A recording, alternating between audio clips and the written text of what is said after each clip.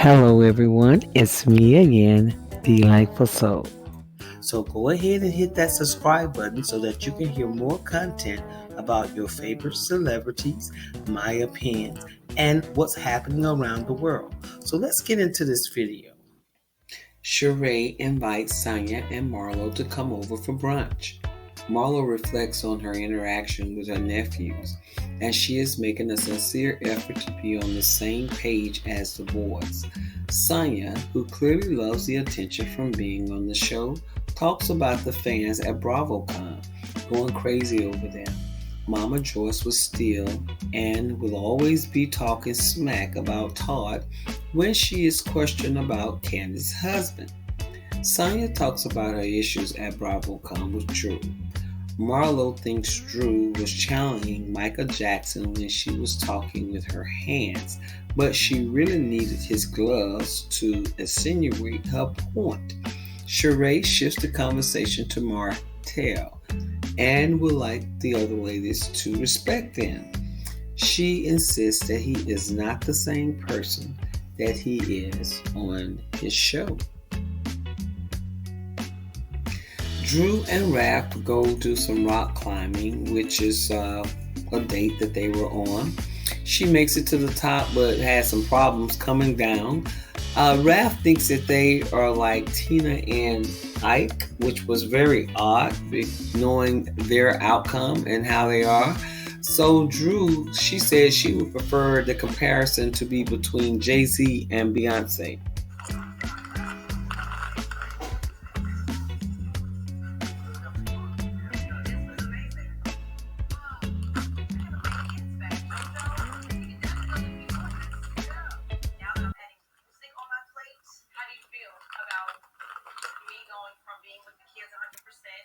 Being a true housewife back to my career. That was always the plan from the beginning. Be like Ike and Tina. No! Why would you say that, son? Yo, it's Jay-Z and Beyonce. You never use the word Ike.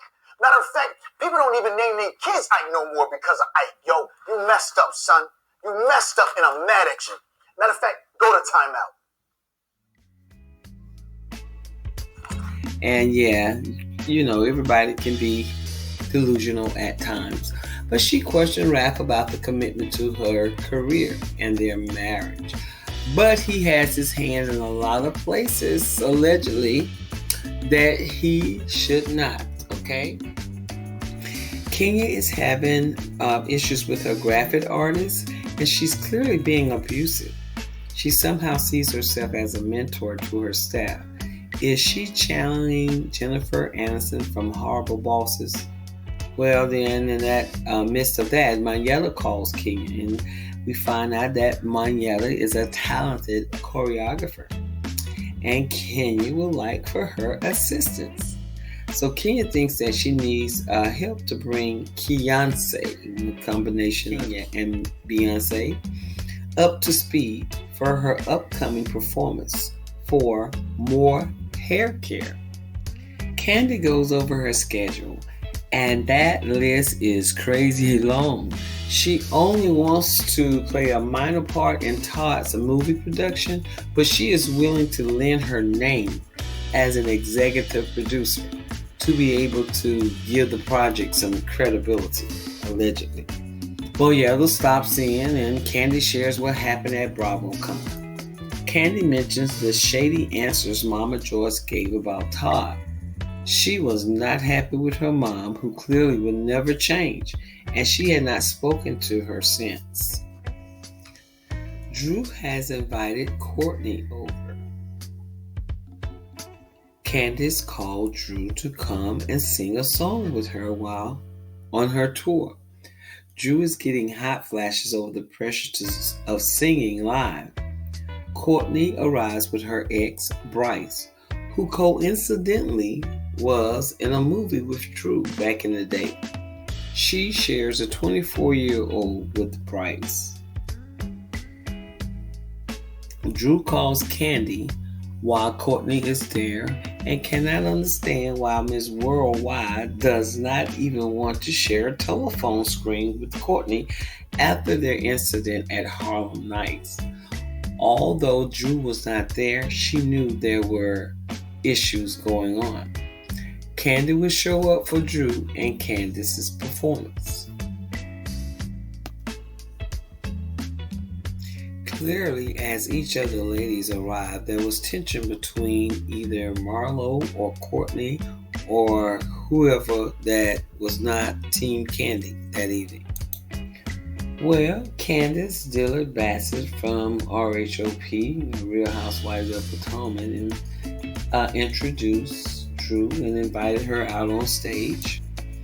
And in Kenya's true flavor, asked Drew why her part was so insignificant and is clearly trying to provoke her. Sonya wanted to know why Drew shaded her at BravoCon. Drew has some shady merch and she does not think she was being mean. They agreed to squash their beef for now, and the other ladies are glad they put that mess to bed, and I'm sure it was not about anything I can't even remember. Candy confronts Courtney about her comment about how her fans are from the ghetto. Courtney does not see any problem with her comment because she is from the ghetto. Candy tries to get Courtney to understand you don't shade where you're from. She clearly is triggered by Courtney's choice of words and her presence at this point. Now she's going to turn that simple comment to something that is egregious, and we are going to, I hope we don't have to listen to it for this entire season. Just get over it, Candy, and I'm sure you have heard before that you are ghetto.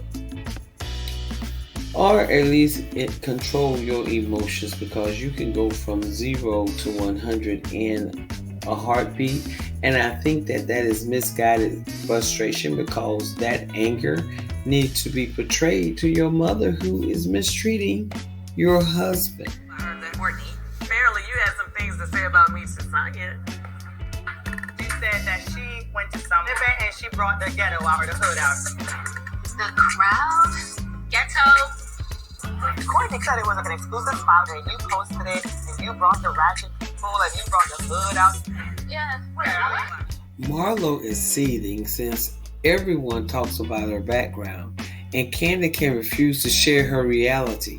We then see Drew and Marlo still talking 30 minutes after production wrap. Marlo is annoyed that Drew referred to Candy's situation as an incident and did not call her out on the severity of the situation. She reminds Marlo she is from Chicago and has been a witness to gun violence. Marlo believes that Drew was just trying to manufacture a moment. Marlo starts getting fired up while reflecting on her nephew, who used to work for Candy at OLG. He was shot at home by his roommate. Marlo told Candy about the shooting, and the next day she pretended like she had no idea about what she was talking about. Marlo loses her head with Drew since she's furious that Candy never shares her true reality with the group and continues to get away with it. She believes Drew's choice of words shows she is less sensitive to gun violence. She said, hey, there's an elephant in the room. None of y'all gonna bring it up? Y'all, every single person was scared to bring it up. And Drew, I give her props. She was the only one that had courage to bring it up. But when she brought it up, Drew said, y'all can really tell if you look at the incident that happened. Girl, this was on the news. There was a shooting at Candy's restaurant. Blaze was on the news. But poor Drew was so scared. And she was the only one with enough courage to say, and I mean, when I tell y'all, Kenya, everybody look at that girl like, we don't be quiet. This is Queen Candy. We don't talk about anything negative that happens to her. So that triggered me, y'all. It really did. It took me back to where my nephew, who used to work with Candy, who used to work for Candy at Old Lady Day, he got shot and killed. I called Candy, reached out to Candy. told her about it.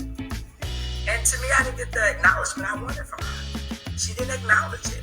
Then, as you see, I went into her home a day or two later, and she had as if I never even texted her about it. So to me, it's all about the acknowledgement. It's about, if it was Marlo, let me tell you this, it had been Marlo. I get it. I get incident sounds better than shooting. But don't you think defending myself sounds better than me stabbing somebody or cutting somebody? I'm confused. But this is my friend now. This is my friend who tried to get me a TV show. This is my friend who referred me to an agent. This is my friend. So if I call you and tell you my blood nephew, my sister's firstborn, was shot and murdered that used to work for you. He didn't work for you 10 years ago. He just worked for you. His death has been 2 years now. But he was still working for you less than 5 or 6 months ago. And you're not going to say, girl, I'm going to send flowers. I'm sorry to hear that, sis. Let me send a flower from Old Lady Gang. Let me reach out to your sister. Come on. I mean, how do you not acknowledge that? So do y'all get where I'm coming from? So any questions you have, ask. Because I want y'all to really be clear on why I was yelling. That shit triggered me. It triggered me to where here we go again. We sit here. If it's anything negative with Candy, it cannot be discussed. It won't be discussed. But let it be something negative with Marlo, it's going to be discussed. It's no way in hell if this would have happened at La Archive. If Candy nephew worked at La Archive and there was a shooting at La Archive, and they said, oh, the incident that happened at La Archive, y'all know that they would have been negative with me. So it is what it is. So I can't make y'all change y'all the way you feel. I don't know how you feel. I just want y'all to know. And that's why I yelled it.